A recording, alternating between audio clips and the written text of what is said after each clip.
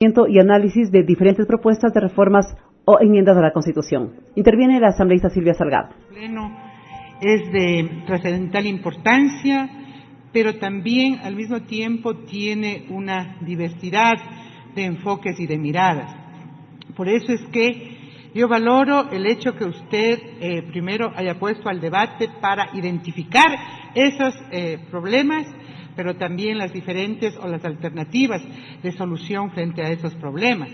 Pero tenemos que identificar un mecanismo de tratamiento, porque en un debate amplio como esto caben todas las expresiones jurídicas y otras que no son tan jurídicas, constitucionales y otras que no son, unas que pueden contraponerse de acuerdo a nuestras formas también de pensar. Por eso, señor presidente, yo quisiera primero, en primer lugar, apoyar que en esta mañana se defina un mecanismo que nos permita el sistematizar estas responsabilidades pendientes, estas expectativas desde la ciudadanía, como Estado, como país, buscando ese interés nacional, sin que esto signifique que cualquier comisión pueda llegar a consenso sobre las salidas. Sin embargo, yo creo que debería haber un primer informe que nos acerque a tener la ruta jurídica constitucional, pero fundamentalmente también de consensos políticos. Yo quiero en ese ánimo agregar algo que, si bien es cierto, no está de manera específica puesta en el orden del día. Sin embargo, yo quiero referirme a unas enmiendas que fueron aprobadas el 3 de diciembre del 2015 y fueron declaradas por la forma inconstitucionales de parte de la Corte respectiva. Estas enmiendas aún esperan que tenga en la Asamblea Nacional, de alguna forma, los mecanismos legales establecidos para restituir a su condición anterior. Y quiero recordarles, por ejemplo, respecto a lo que fue el rol de la Contraloría, que modificaba el artículo 211 y 212, que inclusive como esta institución, independientemente de la adecuación legal, hoy ha vuelto con la resolución de la Corte a realizar las auditorías de gestión. Hay temas y preguntas viables, pero hay otras que se vuelven inaplicables volver al estado anterior si no se establece un procedimiento que le dé seguridad jurídica. Y me refiero básicamente a lo que es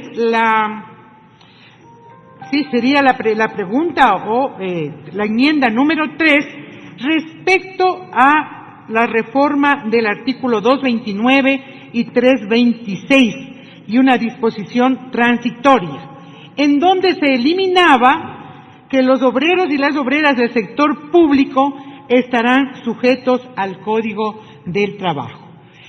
Este aspecto es de interés de todos los trabajadores del sector público, de los trabajadores de los consejos provinciales, desde los municipios, desde toda la institucionalidad pública, que obviamente se vio limitado en sus derechos de organización, de derecho inclusive al contrato colectivo, y una vez que fueron derogadas, declaradas inconstitucionales por la forma, por la Corte, necesitamos realmente habilitarles. Y uno de esos mecanismos es especialmente el garantizar de que los derechos estén claramente establecidos a partir de cuándo se restituyen esos derechos. A partir de la promulgación declarada inconstitucional, a partir de la fecha de la sentencia o a partir inclusive de que la propia Asamblea establezca este procedimiento. Y así tendremos entonces 10 disposiciones o 10 enmiendas que dar cuenta como Asamblea, porque dejar pendiente estos temas hace que viva el país una inseguridad jurídica. Estuvimos con el presidente de la Asamblea y el prefecto de mi provincia, los trabajadores del Consejo Provincial, los trabajadores de la Federación Nacional de Trabajadores de Consejos Provinciales y Municipales, una serie de organizaciones sindicales que participaron inclusive en las demandas de inconstitucionalidad, están esperando acciones concretas de esta Asamblea. Señor presidente, colegas asambleístas, solicito que también sean incorporados el tratamiento de las enmiendas declaradas inconstitucionales para buscar el mecanismo de la restitución a su estado anterior, que en estos momentos se encuentran en el limbo. No hay forma de aplicación, o al menos se necesita una aclaración en qué forma y con qué procedimiento se restituyen esos derechos. Quiero entonces ratificar, señor presidente, la voluntad política que debemos aportar todos para que estos temas que son sensibles, pero que toca abordarlos con la entereza, con la seriedad y con la responsabilidad, no en función de correlación de fuerzas, porque al interior de la Asamblea puede haber una correlación de fuerzas, pero en la ciudadanía o el interés nacional es otro, supera la correlación de fuerzas y el número de votos de una Asamblea. Por lo tanto, se necesita hacer un esfuerzo para que todos los sectores, sin exclusión alguna, tengamos la posibilidad de aportar en un camino que nos permita como Asamblea determinar en qué nos responsabilizamos y cuáles al menos deberían ser las responsabilidades de los otros órganos del Estado, a fin de que este entrampamiento que se vive en este momento sobre temas sensibles tengan el adecuado tratamiento. No podemos desde esta Asamblea, a nombre de nuestras posiciones ideológicas, personales, opciones de fe, realmente equivocarnos y dar mensajes equivocados, porque eso generaría inclusive conflictos sociales o fracturas sociales graves para el país. No estamos en esas condiciones.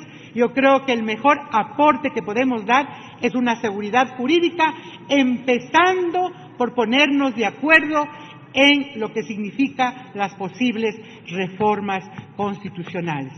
Sostengo, y a nombre de un grupo de compañeros que representamos estas voces, también proponemos un espacio de discusión que puede ser una comisión ocasional o una comisión especializada, cualquiera que sea el camino. Podremos dar cuentas de algunos que estamos aquí.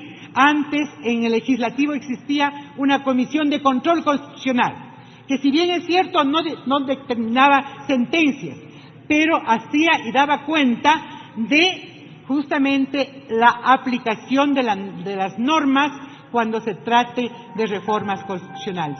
Yo creo que debe ser una Asamblea que en el tiempo político mínimo y necesario pueda abordar estas temáticas. Gracias, presidente. Muchas gracias.